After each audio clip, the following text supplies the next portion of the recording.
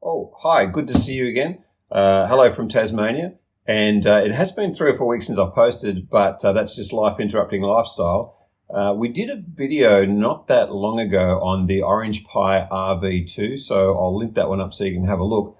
But now I've installed it down here and done a few mods, I guess you could say, just to see how it's running down here in the lab/workshop. So let's take a little bit of a look at that. Let's get started.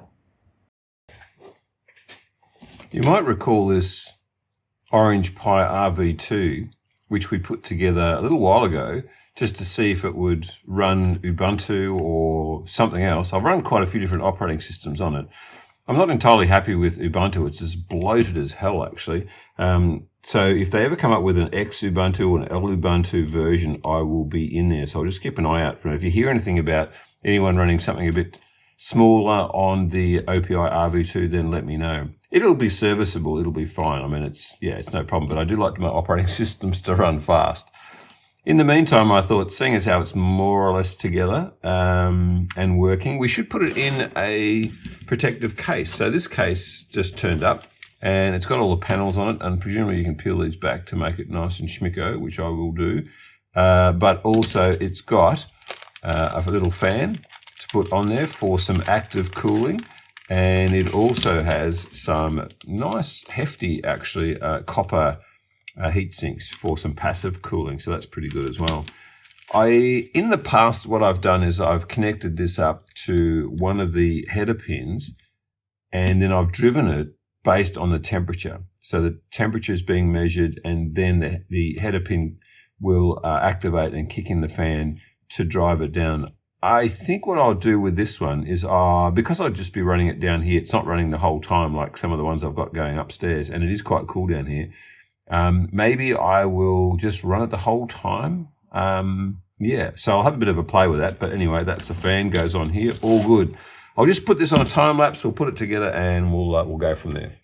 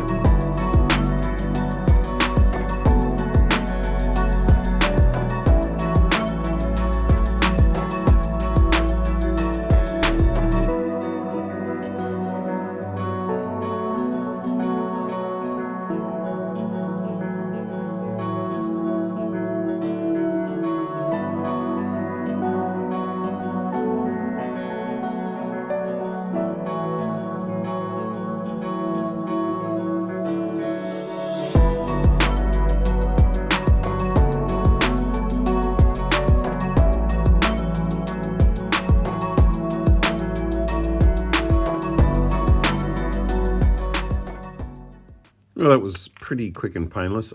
I did the usual thing where haven't really thought about where the power for the fan comes in. I'm pretty sure that this is 5 volts and ground here. I'll check that on the pin out.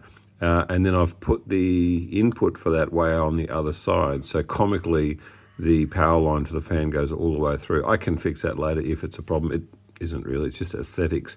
The other thing that I always say I'm going to do when I make one of these containers is that I'm going to wear some felt gloves because my fingerprints are all over it.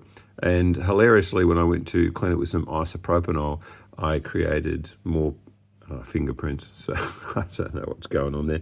But it still is a thing of beauty. You might have seen me in the slow-mo, I'm not sure, but there is a chip here which I initially put a heatsink on. So that's this one here, but took it off.